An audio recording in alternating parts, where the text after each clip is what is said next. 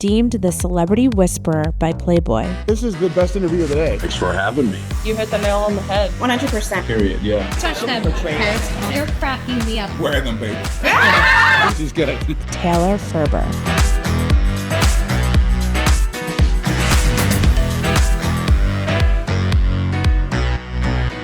Okay, I just want to make sure I'm not showing any crotch. I thought we wanted views. True. It's anything to go viral. Oh, man. Do you think if I flash, I'll get Elon Musk's attention? A bitch has got to do what they got to do. I think Elon's seen it all. He's not based. If he had some Dogecoin tattoos, that would get him. True. Okay. Well, I'll try out here in the meantime. But it is Bitcoin or bust, bitch. Am I right? Bitcoin is the coin, and we're not busting. We're going up. I am with Austin Arnold. There's a lot. So first of all, a little context. We're at Bitcoin Conference 2024 in Nashville, and we're in a sea of crypto bros, which we'll talk about. But you're not any crypto bro. I am with Austin Arnold, the host of Altcoin Daily, which is, we can humble brag here, one of the biggest crypto shows in the country. It is one of the biggest crypto shows in the world. We have over 3 million subscribers across all socials, primarily Twitter and YouTube.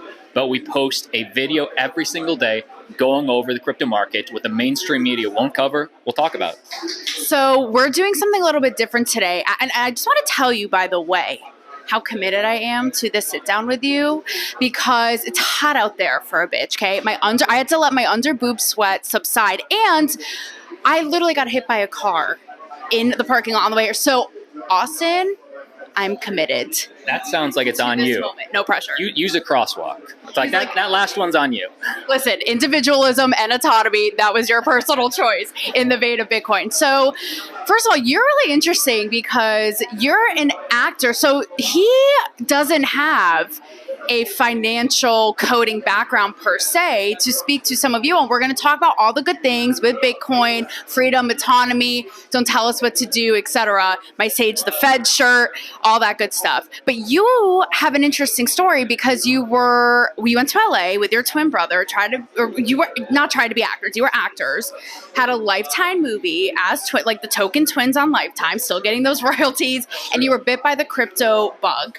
So for my audience who are, like I told you, are super into free thinkers, obviously libertarian for the most part, into pop culture, politics, do you see any parallels between the entertainment world and the crypto world, given that you were bitten by this bug?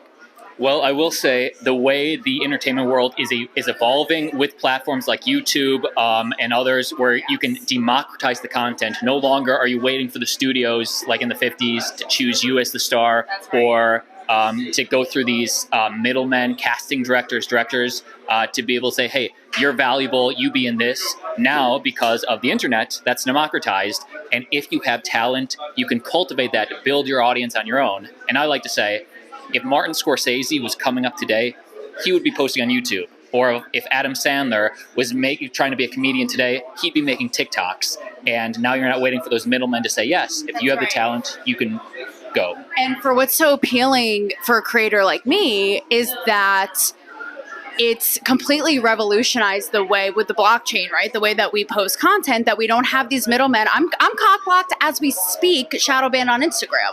And so when no, you're not just sitting down with any blondes today. And so when you don't have those gatekeepers and you have the full transparency, you don't have people owning you, whether it be your content, your finances, which is where Bitcoin comes into play. That's really appealing and exciting. And I think people are it's funny because right now people are either like, yes, I see it, and visionary, or they're like, even with Bitcoin, they're like, no, all these people, it's not going to happen. They just can't see it. Or they'll be like, oh, they're going to waste a ton of money, Well, let's bring that audience in, because you have a strong, free-thinking, libertarian-esque audience. That's right. I like to describe Bitcoin just like how way back in the day, the United States fought to separate church from state. That was revolutionary back in the day, never happened, but we separated government from religion. What Bitcoin allows today is finally, for the first time in history, separate money from state. Humans have literally never had that option. Bitcoin is our best chance for that, and that's why you're seeing so much adoption globally for Bitcoin. we're so sick of people controlling us, whether it be our thoughts, our content, with this, our pharmaceuticals, with our finances, with this. And so to be able to have that full autonomous life is so exciting. The transparency, how people can't meddle with it, people can't control it. It's yours, it's out there. You can't fuck with the history of it, so to speak, right? Explain for them why that's how that they can apply that, because they may not be Bitcoin pros, so to speak. Like I own Bitcoin, but I'm still, which I'm super excited about, but I'm by no means an expert. So explain to them who are, how it pertains to them, right? What they can do. To me, Bitcoin's value is a finite supply. It is more scarce than gold. Gold has a perceived scarcity. We're not sure how much gold there is in the earth. It is hard to get. There is a limited amount, but also there's unlimited gold in space. Bitcoin is code. So it's a mathematical finite supply. There will only ever be 21 million. That's valuable. It's also hard to get. There's Bitcoin mining, which you don't have to get into.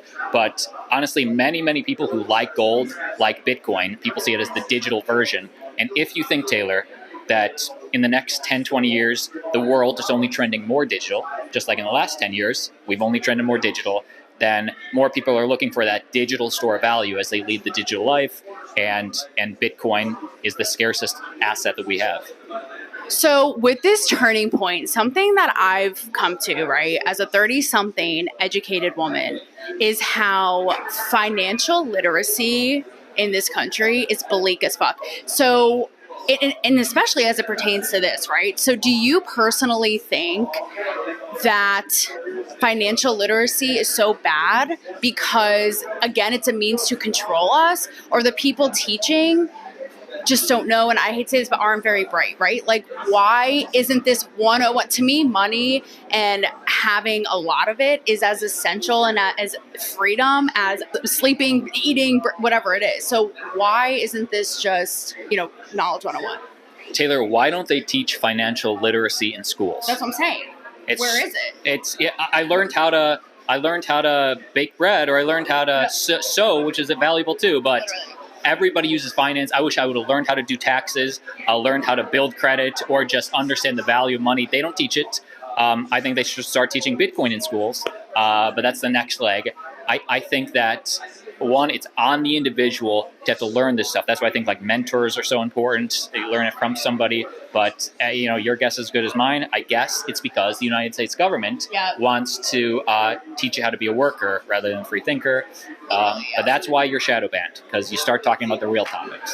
I'll tell you the story after, but let's just say Hunter Biden's balls in his banana hammock came back to haunt me over a year later. Wow. And that is why. No, I posted a picture of him available on mainstream news sites in his tidy whities, and Instagram. It came out, like a thief in the night, and has me shadow banned now. But that just goes to show, again, the control of what they will and won't funnel out. And it's bullshit. It's like, you're meaning to tell me this isn't political. And so when it comes to all of this, whether you're creative or whatever it is, that's where it comes into play. It's like, let me live my life and stop, holding me under your thumb, so to speak.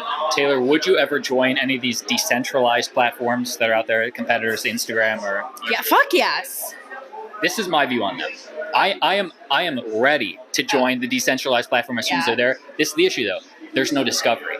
Like YouTube has discovery, Instagram has discovery. Exactly. It's like free marketing, and that's where the people are.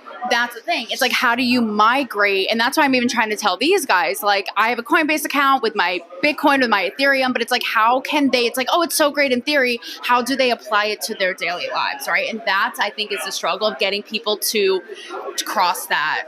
It's gonna be there. It's not there yet. So for the time being, I love YouTube, and please tell me the rules, because I'm trying to grow everything on YouTube and Twitter and everything. But the minute one is ready, and there's stuff being worked on today, there's hope, there's promise. I'm ready to make the switch, but we're not there yet. Yes. Bitcoin is just starting to go mainstream. I think it'll take 5-10 more years, probably 5, before these other major platforms get there. It's like the YouTubers on their wave, but now it's the next wave of that. Like the ones who are really, really early. I'm telling you, every ad, I try to run promotions, it blocks every single one. For the most social issues, it's just the most arbitrary bullshit. So I feel like Twitter would be your platform, because Elon's a little more lenient. That's true. But you're a big on Instagram, or what are you left? It's very millennial of me, I know. And I gotta get more on the X. And like I said, if I gotta go X-rated to get Elon Musk's attention, I'm not above it. No. Okay, so speaking of that, well, how much time? Okay, perfect. We're good on time. Let's talk about, because all roads lead to and from politics. Okay. Like you even got the red, white, and blue Let's do it. hat happening. I love America. Yes, love America. And that's not a dog whistle that we're going to go the most Republican. I'm an issue-based guy. I like the issues. Well, I think that's how most common sense thinking people should be, versus being so tribal and, in these psychotic, polarized camps. But what is so fascinating to me is where this becomes on a cultural and a political level is how you have but from what I'm watching, you have Trump, who is almost like he's changed his tune about Bitcoin, but now like he's speaking on Saturday, it's going to be massive. He's very pro Bitcoin. You have RFK, who's like an OG crypto supporter, right? Now you have, from what I've seen, Kamala Harris trying to enter the chat. So how much do you think that this is them really believing in it? And how much of this is them strategizing and capitalizing on the fact that crypto owners are going to take this into account come November? I think it's political suicide for the first time ever if these candidates don't have some common sense pro-crypto policies, because there's over 50 million voting crypto-holding Americans, at least in this country. That's a huge vote. Now, I do understand that people change their mind. Donald Trump was not pro-crypto 2 years ago. He fudded it. He hated it. And now he's learned. And also his VP is very pro-crypto too. So that's another good sign. I personally don't trust politicians in general. I choose to vote with how I spend my money, supporting independent, Bitcoin as money versus, the US dollar. Obviously, you have to have both. But for me, obviously, you got to pick one. You got to pick one. I vote every time. For the folks at home, and I think one of the beautiful things about America is you don't have to share your vote. You can keep it to yourself, vote however you want. For me personally, though, I voted third party in the last two elections because I didn't really like Trump or Biden. Right. None of them spoke to me, and I don't like the two-party system. Yeah, I agree. But having said that, I think the most pro-crypto right now is obviously Trump. Yes. My fear is that he's just pleasing the room. Oh. That's my fear with all politicians. So on the other side of that, and that what I'm seeing already is because he's so pro gung-ho, balls out crypto, let's go. Now, because everybody is so psychotic and tribal, that any pro-crypto, pro-Bitcoin person is automatically labeled as a right-wing Trumper. And that's dangerous as well. Like, let's have a little bit of chill. That's not necessarily true. Right? So they're automatically kind of labeled in that camp.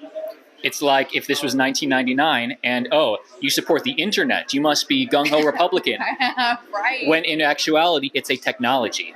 It's politicized right now, but that's just because we're so early and these politicians are forced to comment on it before they fully understand it. So I think that'll work itself out. I think everything's always political, but I think both sides are going to be pro-crypto because when they learn, it's just how much and what specific policies they want. But just like the internet's a tool, it can be used by both it can be used by both criminals and good people. Just like a knife's a tool, it can be used by murderers or doctors. It depends how you use it.